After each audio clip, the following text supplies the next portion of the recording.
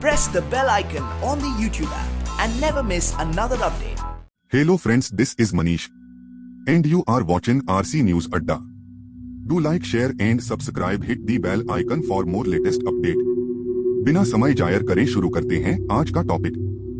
रात में यानी सूर्यास्त के बाद दाह संस्कार करने पर माना जाता है कि स्वर्ग के द्वार बंद हो जाते हैं और नरक के द्वार खुल जाते हैं। ऐसे में जीव की आत्मा को नरक का कष्ट भोगना पड़ता है। जो इंसान धरती पर पैदा हुआ है उसकी मृत्यु भी निश्चित है, लेकिन मौत एक ऐसा विषय है जिसके बारे में लोग कम बात करना चाहते हैं। लेकिन हर किसी ने एक न एक दिन ये विधि जरूर देखी होगी, पर इसके बारे में जानकारी कम ही लोगों को होती है। ये तो सब जानते हैं कि हिंदू धर्म में सूर्यास्त के बाद शव का दाह संस्कार नहीं किया जाता। रात में यानी सूर्यास्त के बाद दाह संस्कार करने पर माना जाता है कि स्वर्ग के द्वार बंद हो जाते हैं और नरक के द्वार खुल जाते हैं। ऐसे में जीव की आत्मा को नरक का कष्ट भोगना पड़ता है।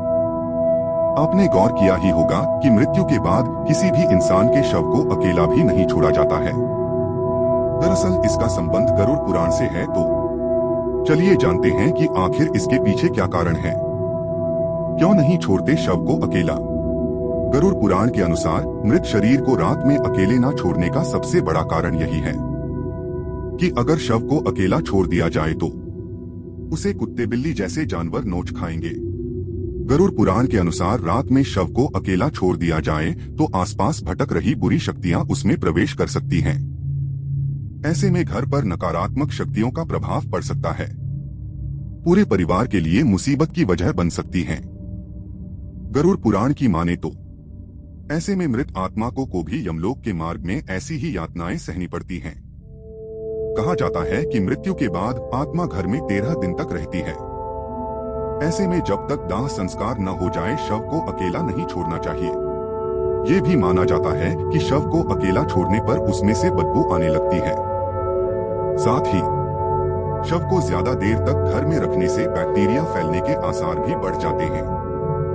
ऐसे में ये बेहद जरूरी है कि शव के पास कोई न कोई व्यक्ति बैठा रहे और धूप या अगरबत्ती शव के चारों तरफ लगातार जलती रहे, ताकि शव से आने वाली दुर्गंध चारों ओर न फैले।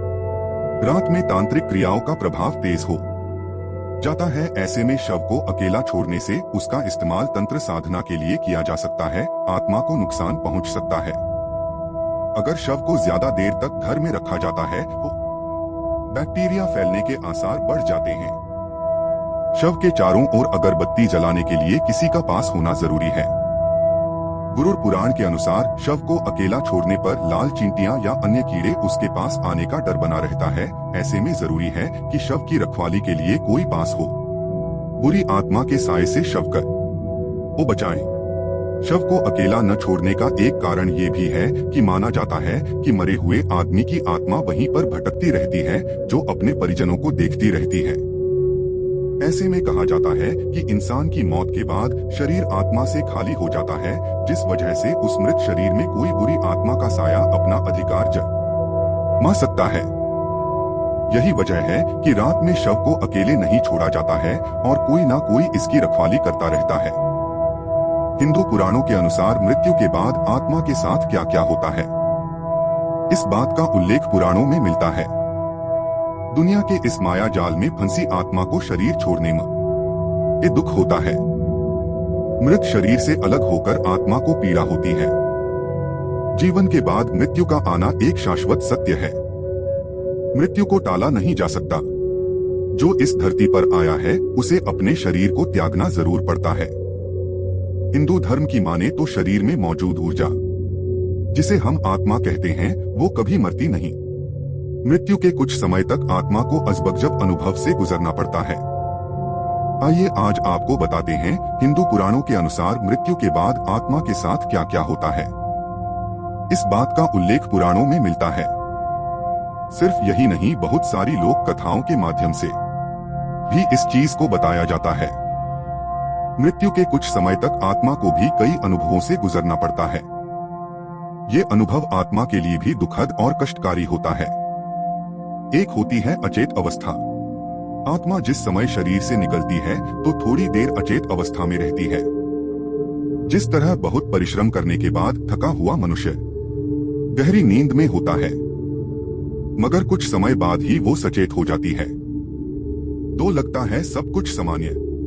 जब व्यक्ति के शरीर से उसकी आत्मा निकलती है तो उसे कुछ समय तक पता ही नहीं चलता कि वो शरीर से अलग हो गई है। उसी तरह आत्मा शरीर के बाहर आकर व्यवहार करती है जैसे वो शरीर के अंदर करती है। 3 नहीं सुनता कोई पुकार। बताया जाता है कि शरीर से बाहर निकलकर जब आत्मा अपने सगे संबंधियों को पुकारती है तो उसकी आवाज कोई नहीं सुनता। आत्मा को अब बेचैनी और छटपटाहट होने लगती है। आत्मा परेशान होकर हर बार कुछ कहना चाहती है, मगर किसी को वो ध्वनि सुनाई नहीं देती। 4 सांसारिक माया का आवरण। दुनिया के इस माया जाल में फंसी आत्मा को शरीर छोड़ने में दुख होता है।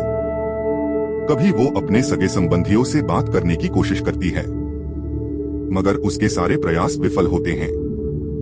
5 करती हैं प्रवेश का प्रयास। लोक कथाओं की माने तो आत्मा फिर से शरीर में आने का प्रयास जरूर करती है, मगर यम के दूत उसे शरीर में प्रवेश नहीं करने देते।